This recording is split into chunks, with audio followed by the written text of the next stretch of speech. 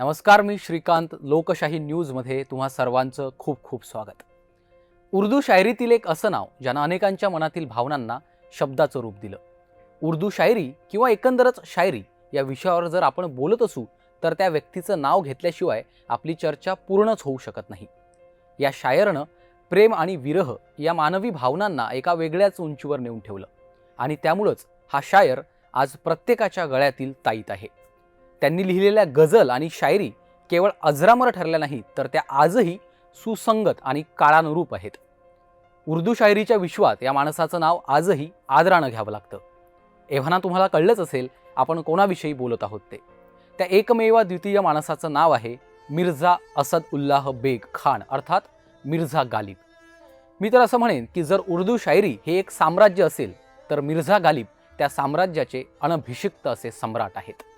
मिर्झा गालिब हे उर्दू आणि फारसी भाषेतील एक महान शायर आणि गायक होते.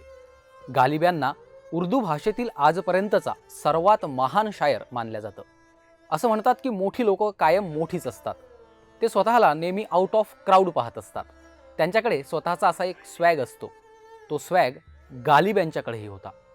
म्हणूनच त्यांनी लिहून ठेवलंय, है और भी दुनिया में सुखनवर बहुत अच्छे, कहते हैं की गालिब का है अंदाज बया और. या शायरीमधून गालिब सांगू पाहतायत की जगात माझ्यासारखे अनेक शायर आहेत, मात्र माझी कला ही अनोखी आहे. गालिब यांच्या या ओळीतून त्यांचा स्वतःवरील प्रचंड आत्मविश्वास दिसून येतो. आयुष्यात माणसाकडे आत्मविश्वास असणं अत्यंत गरजेचं असतं. तोच आत्मविश्वास गालिब यांनी अगदी योग्य शब्दात मांडलाय. मिर्झा गालिब यांचं आयुष्यही त्यांच्या शायरीसारखंच राहिले. शायरीप्रमाणेच त्यांच्या व्यक्तिगत आयुष्यातही आनंद, दुःख, विरह आणि उत्साह यासारख्या भावनांचा रतीब राहिलाय. उर्दू शायरीवर अनंत उपकार केलेल्या मिर्झा गालिब यांचा जन्म 27 डिसेंबर 1797 साली उत्तर प्रदेशातल्या आग्रा इथं झाला होता. त्यांच्या वडिलांचं नाव मिर्झा अब्दुल्लाह बेग खान आणि आईचं नाव इज्जत निसा बेगम असं होतं. गालिब यांचे पूर्वज तुर्कीत राहत होते. गालिब यांचे आजोबा सैनिकी पार्श्वभूमीचे होते. मिर्झा गालिब यांच्या वडिलांनी आग्रा येथील निसा बेगम यांच्यासोबत लग्न केलं होतं. गालिब यांचे वडील लखनौमध्ये निजामांकडे काम करत असत. गालिब 5 वर्षांचे असताना म्हणजे 1803 साली त्यांच्या वडिलांचा मृत्यू झाला. यानंतर मिर्झा गालिब त्यांचे काका मिर्झा नसरुल्ला यांच्याकडे राहत, जे की ईस्ट इंडिया कंपनीत सैन्य अधिकारी होते. काही दिवसांनंतर गालिब यांच्या काकांचाही मृत्यू झाला आणि त्यांच्या पेन्शनवर छोट्याशा गालिब यांचा उदरनिर्वाह होऊ लागला. इतक्या कमी वयात इतकी मोठी दुःख पचवलीत म्हणून गालिब म्हणतात, मैं जानता हूं कि मेरे ख्वाब टूटे हैं मगर हौसले तो अभी भी जिंदा है. हम वो शख्स है जहां मुश्किलें खुद शर्मिंदा है. गालिब यांच्या शिक्षणाबद्दल फारसी माहिती उपलब्ध नाहीये. त्यांनी लिहिलेल्या शायरीमधूनच थोडीफार माहिती मिळते.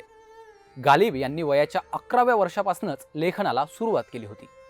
इराणहून दिल्लीत आलेल्या एका नवदाम्पत्याकडून गालिब यांनी फारसी आणि उर्दू भाषा शिकण्यास सुरुवात केली होती. गालिब यांनी फारसी आणि उर्दूत गझल आणि शायरी लिहिल्यात. गालिब यांच्या शायरीत सौंदर्य होतं.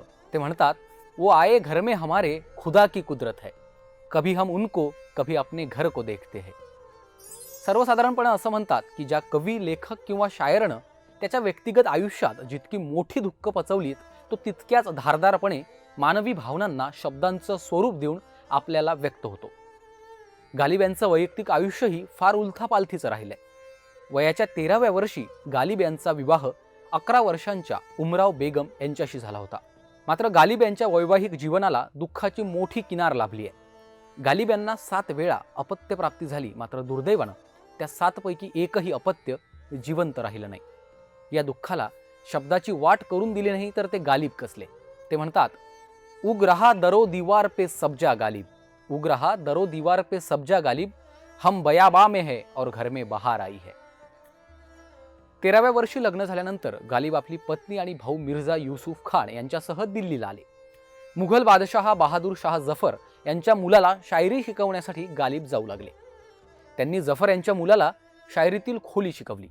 बादशाह जफर यांना शायरीची आवड होती, त्यामुळे काही दिवसात दरबारातील विशेष लोकांमध्ये मिर्झा गालिब यांची निवड झाली. 1850 साली बहादूर शाह जफर यांनी गालिब यांना दबीर उल मुल्क आणि नज्म उद दौला या किताबानं सन्मानित केलं. आयुष्यात गरज, इच्छा, आकांक्षा याकडे पाहण्याचा गालिब यांचा अंदाज वेगळाच होता. ते लिहितात, हजारों ख्वाहिशें ऐसी कि हर ख्वाहिश पे दम निकले, बहुत निकले मेरे अरमान लेकिन फिर भी कम निकले, उनके देखे से जो आ जाती है मुंह पर रौनक, वो समझते हैं कि बीमार का हाल अच्छा है. गालिब यांचं व्यक्तिमत्व आभाळा एवढं आहे. तुम्ही जितकं खोलात जाण्याचा प्रयत्न कराल तितके त्यातील नवनवीन कांगोरे तुम्हाला समजत जातील. कारण ज्याप्रमाणे आभाळाचा अंतबिंदू नसतो, अगदी तसंच गालिब यांच्या व्यक्तिमत्वालाही शेवटचं टोक नाहीये. आणि हे सत्य कदाचित गालिब यांनाही माहिती असेल.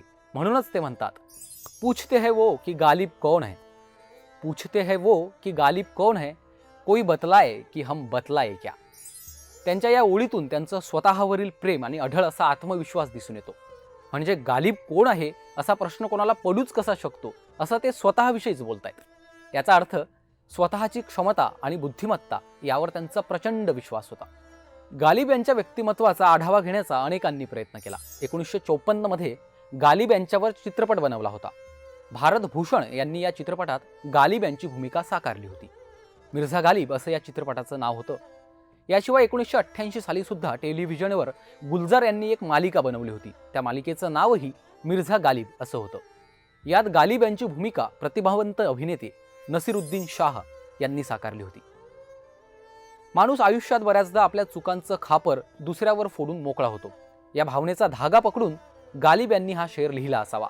कारण आयुष्याकडे इतक्या सहजतेनं केवळ गालिबच पाहू शकतात. ते म्हणतात, ता उम्र गालिब ये भूल करता रहा, ता उम्र गालिब ये भूल करता रहा, धूल चेहरे पर थी आईना साफ करता रहा.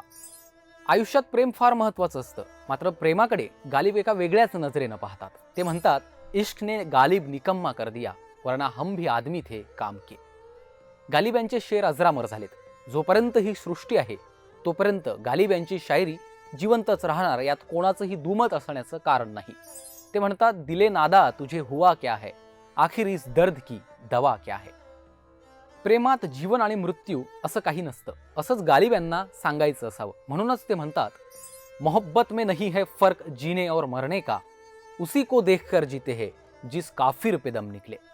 मित्रांनो, प्रेम, आनंद, दुःख, विरह या मानवी भावभावनांना शब्दांच्या शृंखलेत जोडून अनेक माणसांचं आयुष्य समृद्ध करून अखेर मिर्झा गालिब यांनी 15 फेब्रुवारी 1869 साली या जगाचा निरोप घेतला.